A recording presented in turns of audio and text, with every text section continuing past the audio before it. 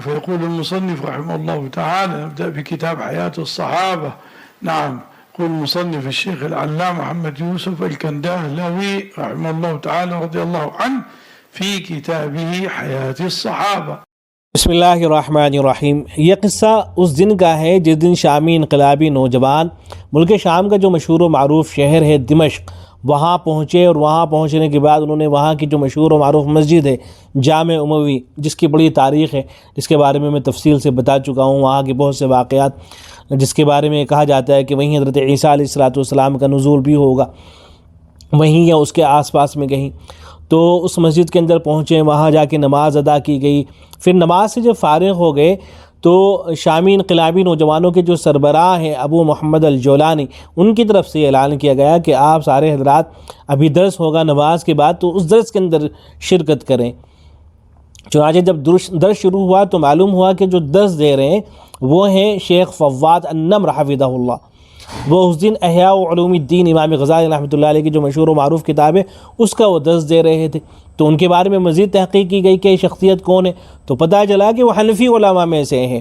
اور فقہ حنفی کی جو بعض کتابیں اس کا درس بھی دیتے ہیں۔ اس کے ساتھ ساتھ جو بہت دلچسپ بات ان کے بارے میں معلوم ہوئی وہ یہ کہ وہ حضرت مولانا یوسف کاندھلوی رحمۃ اللہ علیہ کی لکھی ہوئی مشہور و معروف کتاب حیات الصحابہ اس کا بھی وہ درس دیتے ہیں، اور سالوں سے وہ اسی مسجد کے اندر، جس کے وہ امام بھی ہیں، وہاں درس بھی دیتے ہیں۔ اسی مسجد کے اندر سالوں سے وہ حیات الصحابہ کا درس دیتے چلے آ رہے ہیں۔ تو جس نے بھی اس بات کو سنا بڑی اس کو خوشی ہوئی کہ ایک عالم دین جس کا تعلق علماء دیوبند سے ہے،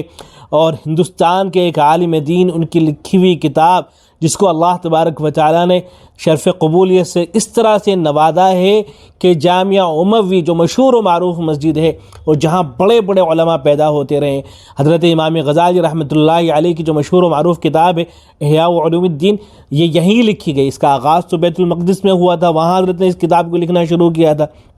لیکن وہاں مکمل جو ہوئی تو یہیں پر یہ مکمل ہوئی ہے کتاب لکھی جانی۔ اور یہاں کہا جاتا ہے کہ کمرہ بھی موجود ہے، حجرہ موجود ہے، وہاں حضرت امام غزالی رحمۃ اللہ علیہ رہا کرتے تھے اور اس کتاب کو لکھا کرتے تھے۔ تو حضرت نے اس کتاب کو مکمل بھی یہیں پر کیا، اس کا درس بھی دیتے تھے۔ تو اس کتاب کا بھی یہاں پر درس ہو رہا ہے، اس کے ساتھ ساتھ میں حیات الصحابہ کا بھی درس ہو رہا ہے۔ تو آج تو لوگ یہ کہہ دیا کرتے ہیں کہ کتابیں لکھنے سے کیا ہوتا ہے، قلم سے کیا ہوتا ہے، لیکن ان لوگوں کو سوچنا چاہیے کہ کتابیں ہوتی ہیں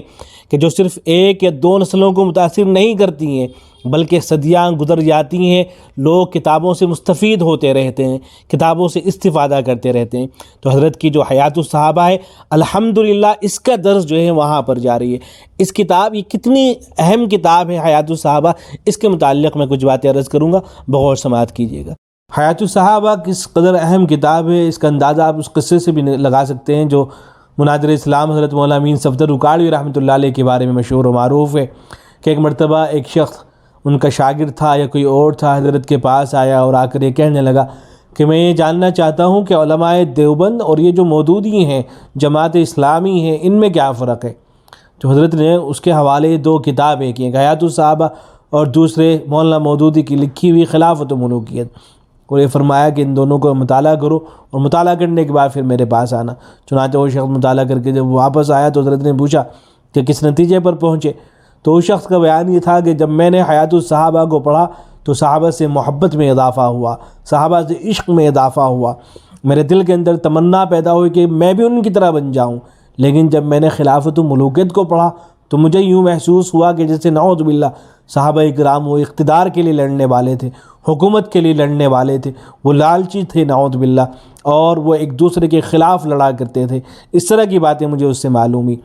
تو اس کے جواب میں حضرت نے فرمایا کہ بس یہی دیوبندیت اور مودودیت میں فرق بھی ہے کہ علماء دیوبند سے جڑو گے تو پھر ایسی صورت میں تمہیں صحابہ اکرام کی محبت تمہارے دلوں کے اندر بیٹھے گی، اور مودودیوں کے یہاں جاؤ گے تو پھر تمہارے دلوں کے اندر صحابہ اکرام کے حوالے سے اس طرح کا ذہن بنے گا کہ وہ تو لالچی انسان تھے جس طریقے سے دوسرے لوگ ہوا کرتے ہیں۔ عالم اسلام کی مشہور و معروف شخصیت حضرت مولانا ابو الحسن علی میاں ندوی رحمہ اللہ نے اس کتاب پر حیات الصحابہ پر مقدمہ لکھا ہے،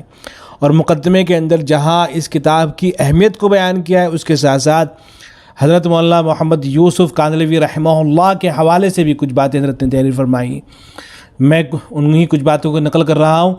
ان کو سنیے، آپ کو اندازہ ہوگا کہ کتاب اور صاحب کتاب بھی کتنی عظیم ہے، اور جو صاحب کتاب تھے وہ بھی کس قدر عظیم شخصیت کے مالک تھے۔ حضرت نے لکھا ہے کہ حضرت مولانا الیاس صاحب رحمہ اللہ، ان کے وصال کے بعد، انتقال کے بعد، مولانا یوسف صاحب اپنے عظیم المرتبت والد کے جانشین اور وارث ہوئے۔ دعوت کی ذمہ داریاں بھی ان کے حصے میں آئیں، سیرت نبوی اور حالات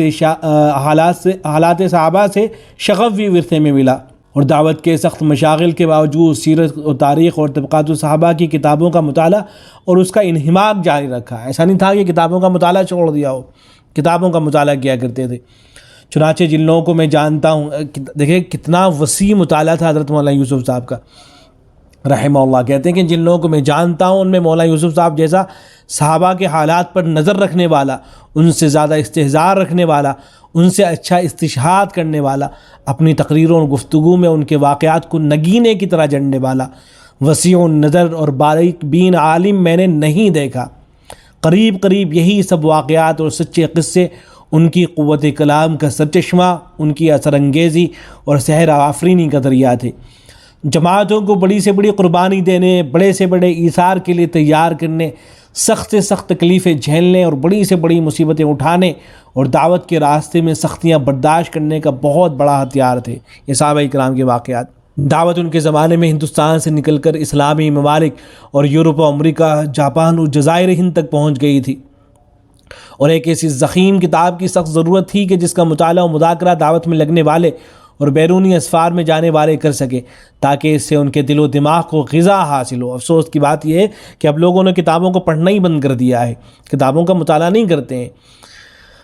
وقتی طور پر تعلیم تو ہو جاتی ہے، لیکن باقاعدہ کتابوں کا مطالعہ ہو رہا ہو، آدمی اس کا اہتمام کر رہا ہو، یہ چیزیں غائب ہوتی چلی جا رہی ہیں۔ دینی جذبات میں تحریک ہو، دعوت کے ساتھ ان کی اتباع کا جذبہ اور جان و مال لگانے کا شوق بیدار ہو، اور وہ ہجرت و نصرت، فضائل و اعمال و مکارم اخلاق کے لیے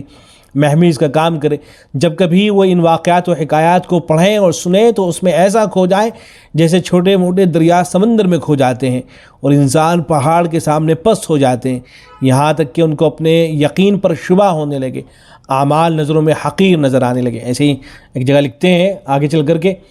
کہ انہوں نے اس کتاب کے اندر صحابہ اکرام کے وہ حالات و واقعات درج کیے ہیں جن کا کسی ایک کتاب میں ملنا ممکن نہیں ہے۔ یہ حضرت مولانا فرما رہے ہیں کہ کسی اور کتاب کے اندر یہ واقعات نہیں ملیں گے آپ کو بالکل بھی، کیونکہ سارے کے سارے، کیونکہ یہ قصے اور حکایات مختلف حدیث کی کتابوں یا تاریخ و طبقات کے مجموعہ اور کتب مسانید سے حاصل کیے گئے ہیں۔ اس طرح یہ ایک ایسا دائرۃ المعارف انسائکلوپیڈیا تیار ہو گیا ہے جو اس زمانے کی تصویر سامنے رکھ دیتا ہے جس میں صحابہ اکرام کی زندگی، ان کے اخلاق و خصائص کے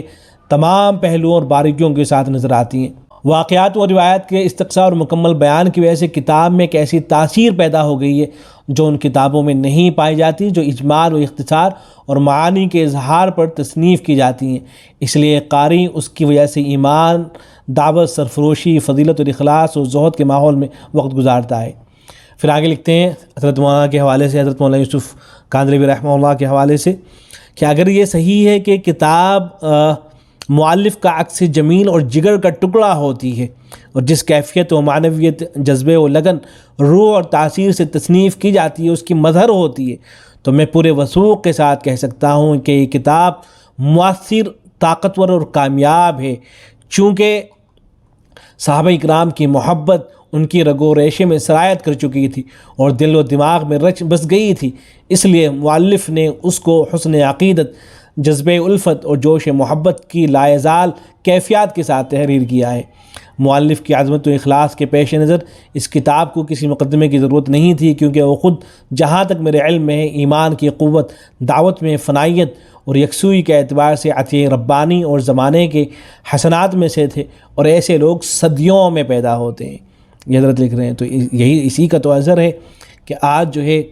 ملکوں سے نکل کر کہاں ہندوستان اور کہاں ملک شام، اور پھر وہاں کے علماء وہ جو ہے حیات الصحابہ کو پڑھ رہے ہیں، تو یہ ان کے اخلاص ہی کا تو ثمرہ ہے۔ ایسے ہی ایک موقع پر حضرت مولانا حسن علی ندوی رحمۃ اللہ علیہ، جو ان کے بیانات کا مجموعہ ہے، خطابات کا جو مجموعہ ہے، تو اس میں حضرت نے کن کن کتابوں کا مطالعہ کرنا چاہیے، بعض کتابوں کے نام گنوائے، جیسے علامہ شبلی نعمانی، علامہ سید سلیمان ندوی کی جو کتابیں خاص طور سے سیرت النبی اس کا ذکر کیا ہے کہ اس کا مطالعہ کیا جائے، ایسے ہی علامہ سید سلیمان ندوی کی جو مشہور و معروف کتاب خطبات مدراس، جو مختصر سا آپ کہہ سکتے ہیں کہ ایک رسالہ ہی ہے، تو اس کو ضرور مطالعہ کرنا چاہیے۔ ایسے ہی کہتے ہیں کہ صحابہ اکرام خلفائے راشدین کی سیرت پر جو کتابیں لکھی گئی ہیں انہیں اپنے مطالعے میں رکھیں۔ علامہ شبلی نعمانی کی جو مشہور کتاب الفاروق، اور ایسے مولانا حبیب الرحمن خان شیروانی کی سیرت الصدیق، اور پھر اپنی کتابوں کے حوالے سے لکھتے ہیں کہ حضرت کی جو کتاب ہے المرتضیٰ، ایسے ہی ماذا خسر العالم، اور اس کا جو ترجمہ ہوا ہے انسانی دنیا پر مسلمانوں کے عروج و زوال کا اثر، مسلمان ممالک میں اسلامیت مغرب کی کشمکش، ان کتابوں کا ضرور مطالعہ کریں۔ کہتے ہیں کہ یہ وہ بنیادی کتابیں ہیں جو آپ کے ذہن سے اپنے نظام تعلیم، نظام فکر اور اس سے آگے بڑھ کر اسلامی تعلیمات اور اسلامی ہدایات کے بارے میں اگر احساس کم تری ہے اس کو دور کریں گی۔ تاریخ دعوت و عزیمت کے 5 حصے بھی آپ پڑھیں۔ میں بغیر کسی تواضع اور معذرت کے کہتا ہوں کہ یہ اپنے موضوع پر بالکل منفرد کتاب ہے، یہ حضرت نے لکھا ہے۔ پھر ایسے ہی حضرت نے کلیات اقبال بھی پڑھنے کا مشورہ دیا ہے کہ اس کا بھی مطالعہ کیا جائے۔ پھر اس کے بعد حیات الصحابہ کی افادت کے حوالے سے لکھا ہے کہ مولانا یوسف صاحب کاندھلوی رحمہ اللہ کی مقبول ترین کتاب حیات الصحابہ آپ ضرور پڑھیں، اس میں صحابہ اکرام کے مؤثر اور طاقتور ترین واقعات ہیں۔ اس کتاب کے پڑھنے سے احساس کمتری دور کرنے میں مدد ملے گی۔ اور ایسا نہیں تھا کہ حضرت مولانا یوسف کاندھلوی رحمۃ اللہ علیہ نے صرف ایک ہی کتاب حیات الصحابہ لکھی ہو، بلکہ اس کے علاوہ بھی انہوں نے اور بھی کتابیں لکھی ہیں۔ ایک طرف وہ دعوت تبلیغ سے بھی وابستہ تھے، اس کے ساتھ ساتھ وہ تصنیف اور تالیف کا بھی کام کیا کرتے تھے، اور کوئی زیادہ لمبی عمر بھی حضرت نے نہیں پائی، محض 48 سال کی عمر میں ان کا انتقال ہو گیا، لیکن اپنے پیچھے ایک ایسا کارنامہ چھوڑ کے چلے گئے کہ انشاءاللہ نسلیں اس سے استفادہ کرتی رہیں گی۔ تو اور کتابیں بھی حضرت نے لکھی ہیں، ہمارے یہاں شرح معانی الاثار مشہور و معروف کتاب ہے، مدارس کے اندر پڑھائی جاتی ہے، تو اس کی شرح تک لکھ رکھی ہے حضرت نے۔ چنانچہ ان کی جو شرح ہے امان الاحبار کے نام سے، تو اس پر تبصرہ کرتے ہوئے حضرت شیخ الاسلام مفتی تقی عثمانی دامت برکاتہم العالیہ فرماتے ہیں کہ اللہ تعالیٰ نے حضرت مولانا محمد یوسف کاندھلوی صاحب قدس سرہ تبلیغی جماعت کے دوسرے امیر، ان کو غیر معمولی صلاحیتوں سے نوازا تھا۔ ان کی پوری زندگی دعوت تبلیغ میں گزری، اور انہوں نے اپنی انتھک جدوجہد سے تبلیغ جماعت کا کام 4 دانگ عالم میں پھیلا دیا۔ اس جدوجہد میں آپ کو جن متواتر اسفار اور مصروفیات کا سامنا تھا، ان کے پیش نظر یہ تصور کرنا بہت مشکل لگتا ہے کہ ان مصروفیات کے عین درمیان وہ شرع حدیث کی تالیف جیسا علمی اور تحقیقی کام کر سکیں گے، جس کے لیے مکمل یکسوئی اور فراغت کی ضرورت ہوتی ہے۔ لیکن اللہ تعالیٰ جب اپنے کسی بندے سے کوئی کام لیتے ہیں تو اس کے اوقات میں بھی برکت عطا فرما دیتے ہیں، اور یہ اسی برکت کا ثمرہ ہے کہ آپ نے طحاوی شریف جیسی غیر مخدوم کتاب کی شرح لکھنے کا بیڑا اٹھایا، اور اس کا ایک معتدبی حصہ جو تفصیلی مباحث پر مشتمل تھا مکمل فرما لیا۔ پھر ایک جگہ حضرت نے لکھا ہے کہ یہ تالیف در حقیقت حضرت مولانا محمد یوسف صاحب کاندھلوی رحمہ اللہ کے کارناموں میں سے ایک حیرت انگیز کارنامہ ہے۔ ایسی کثیر الاسفار اور متنوع اشغال شخصیت کی طرف سے یہ گراں قدر علمی تالیف بلا شبہ ایک کرامت سے کم نہیں ہے۔ اللہ تبارک و تعالی حضرت کے درجات کو بلند فرمائے، اور حضرت کی جو کتابیں ہیں ان سے ہمیں بھی مستفید ہونے کی توفیق عطا فرمائے، اور حضرت جو شیخ فواد النمر ہیں جن کا درس ہوتا ہے ان کے چینل کا لنک انشاءاللہ ڈسکرپشن میں ڈال دیا جائے گا۔ اگر آپ حضرات ان کی ویڈیو دیکھنا چاہیں، ان کے مختلف کتابوں پر جو دروس ہیں ان کو اگر سماعت کرنا ہے، وہ سب کے سب عربی زبان میں، اردو میں تو نہیں ہے، جو طلبہ یا اہل علم استفادہ کرنا چاہیں یا دیکھنا چاہیں وہ دیکھ سکیں گے انشاءاللہ۔ السلام علیکم۔